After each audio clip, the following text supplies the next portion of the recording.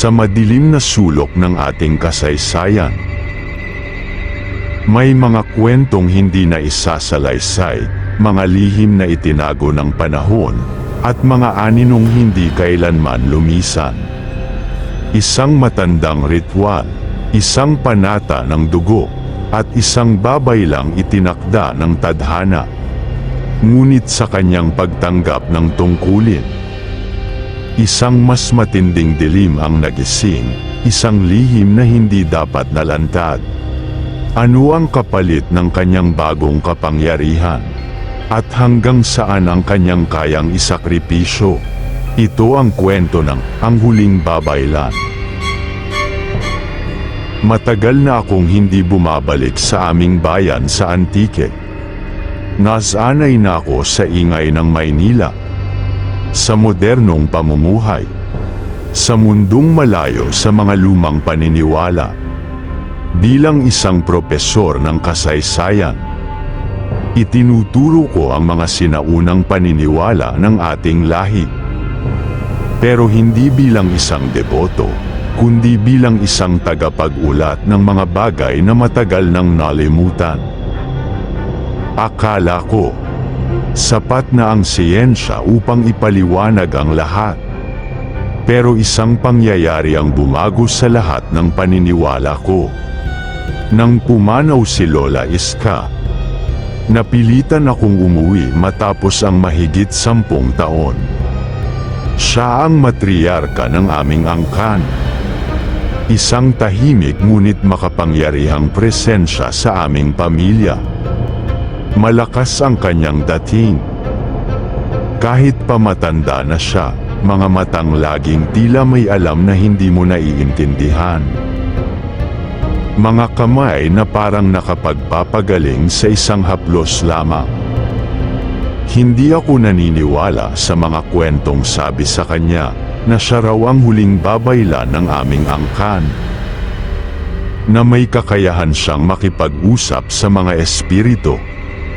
Na kaya niyang basahin ang hinaharap.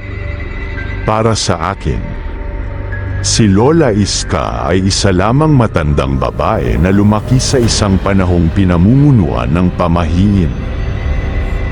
Ngunit sa sandaling bumaba ako sa lumang istasyon ng bus at maramdaman ang malamig na hangin ng Antique, may kung anong gumapang sa aking balat. Isang pakiramdam na tila may nagmamasid. Isang bigat sa dibdib na hindi ko maipaliwanag. Pagdating ko sa bahay, agad akong sinalubong ni Tia Belen, ang nakatatandang kapatid ng aking ama. Salamat at dumating ka, iho. Mahina niyang sabi. Tila hindi lang lungkot ang makikita sa kanyang mukha, kundi takot. Pumasok ako sa loob ng bahay. Sa gitna ng sala, nakahimlay si Lola Iska sa isang banig. Walang marangyang kabaong. Walang modernong seremonya, tanging mga halamang gamot ang nakapalibot sa kanyang katawan. At sa bawat kandilang nakasindi ay may nakaukit na mga lumang simbolo na hindi ko alam ang kahulugan. Tahimik ang lahat. Hindi gaya ng ibang burol na puno ng iyakan. Ang gabi ng paglalamay kay Lola Iska ay tila isang banal na sandali, lahat ay nagmamasid. Nagdadasal ng hindi pamilyar sa iba. Hindi ko alam kung bakit. Pero may isang parte sa akin na nagsisisi kung bakit pa ako bumalik. Pagkatapos ng libing ni Lola Iska, nagsimula ang mas nakakakilabot na mga pangyayari. Kinagabihan, habang nagpapahinga ako sa lumang silid ko, nakarinig ako ng mahihinang pagkaluskos sa labas ng bahay. Akala ko'y hangin lamang. Pero habang tumatagal, naging mas malinaw ang tunog, mga yabag na tila dahan-dahan na lumalapit sa bintana.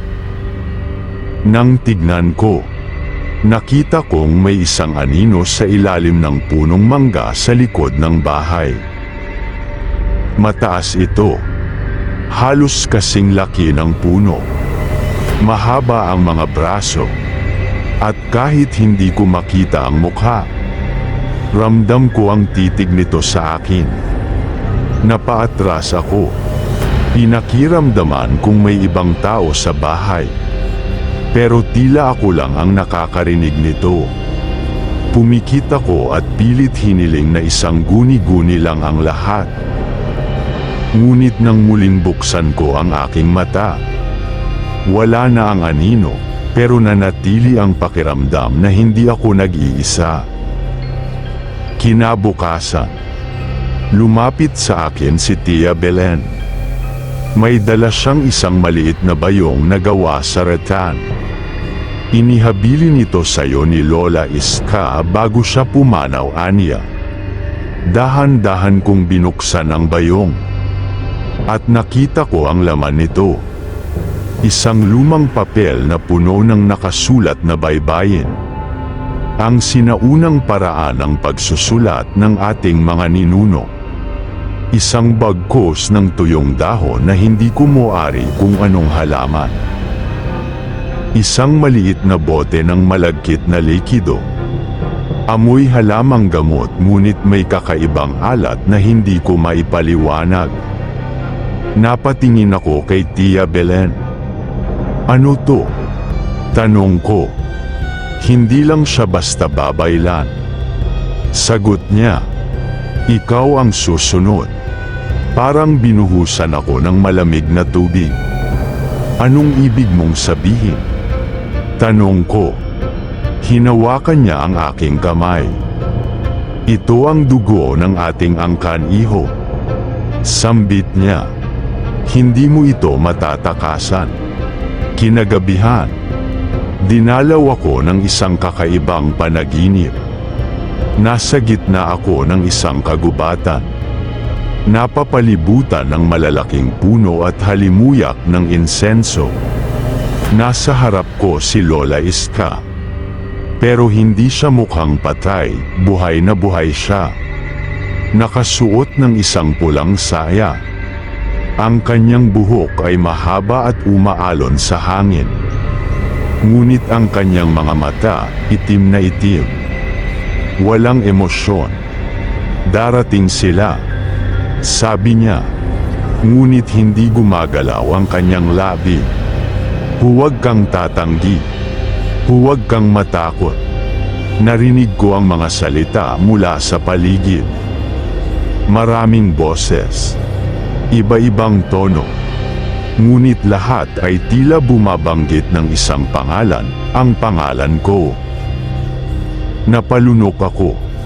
Sino sila? At bakit nila ako tinatawag? Nagising ako nang may marinig akong malalakas na yabag sa labas ng bahay.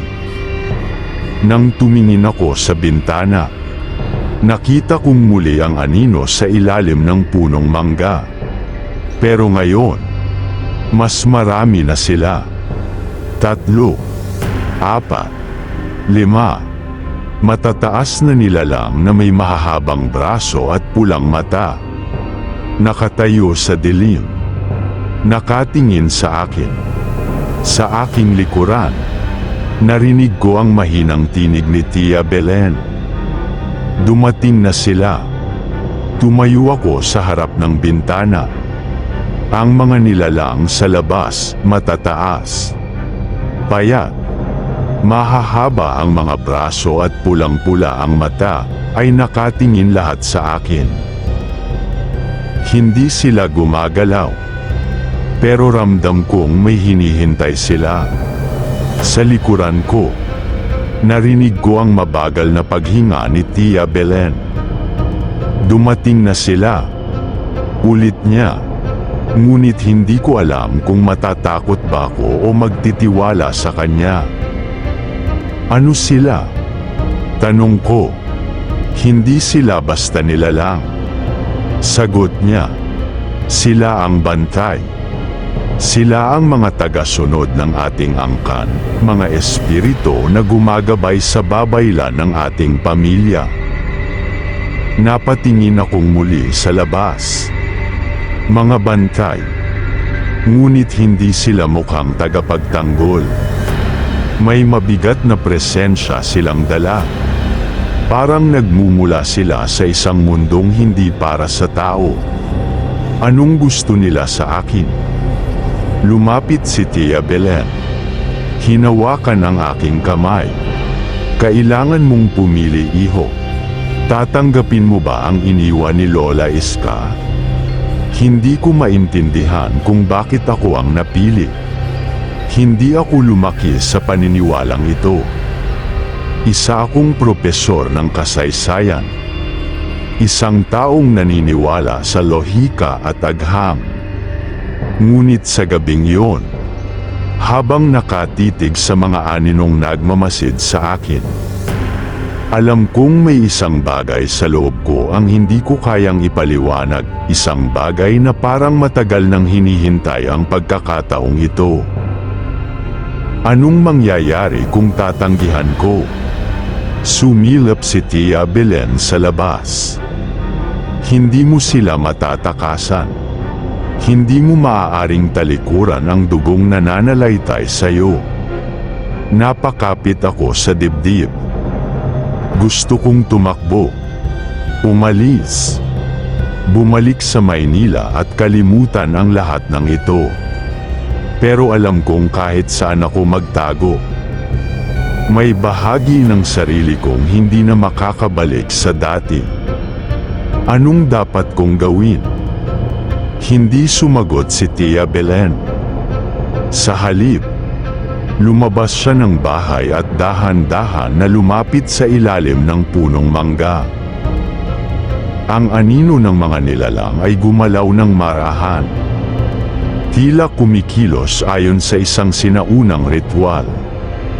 Kumuha siya ng isang mangkok mula sa bayong na iniwan ni Lola Iska. Binuksan niya ang bote ng halamang gamot at dahan-dahan na ibinuhos ito sa lupa sa paanan ng puno. Nalanghap ko ang matapang na halimuyak ng insenso at dahon, isang halimuyak na tila pamilyar sa akin kahit ngayon ko lang ito naamoy. Tumingin siya sa akin. Lumapit ka, iho.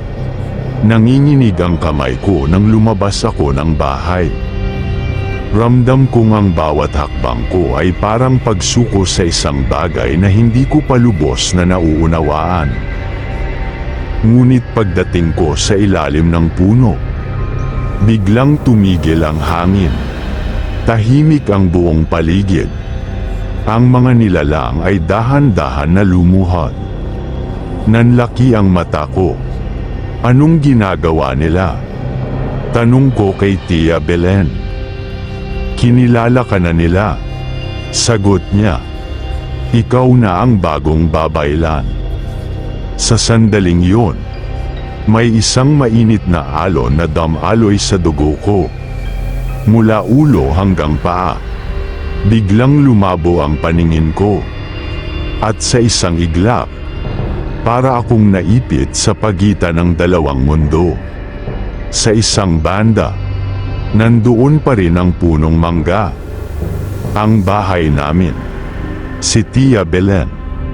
Pero sa kabilang banda, nakita ko ang isa pang realidad, isang mundo kung saan ang lupa ay lumalakas sa enerhiya. Kung saan ang hangin ay may boses. Kung saan may mga nilalang na hindi nakikita ng karaniwang mata.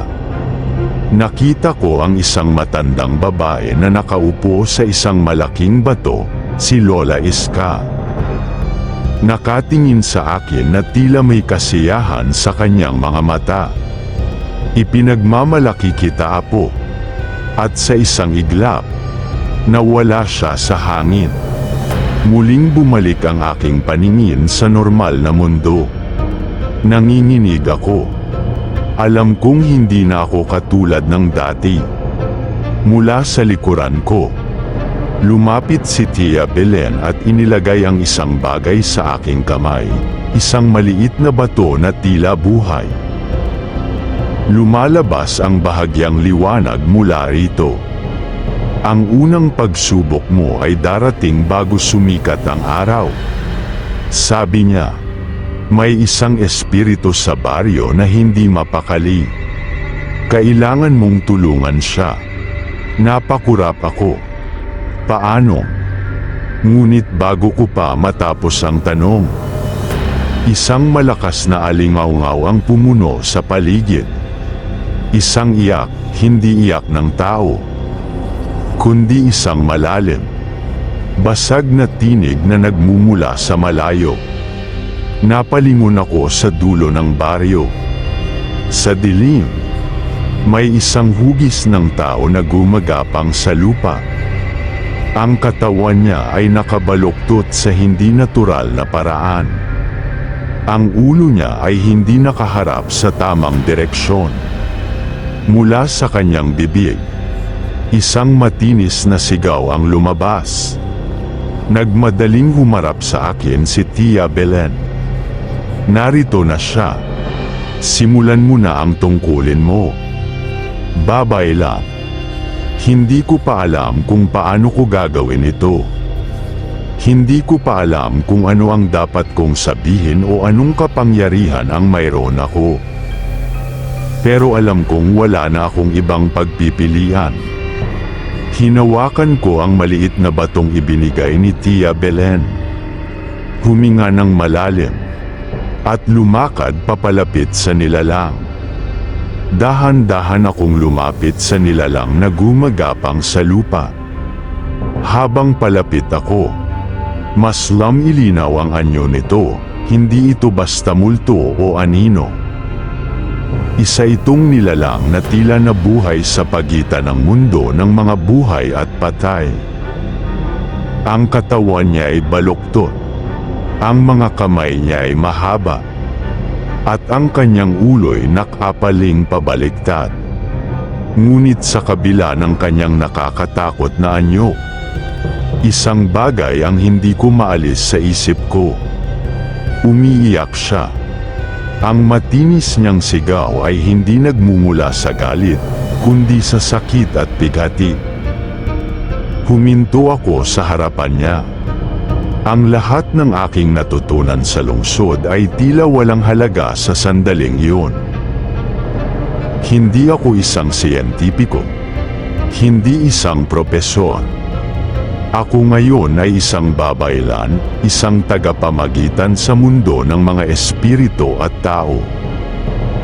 Sa aking kamay, ang bato na ibinigay ni Tia Belen ay nagsimulang uminit. Parang may dumadaloy na enerhiya mula rito.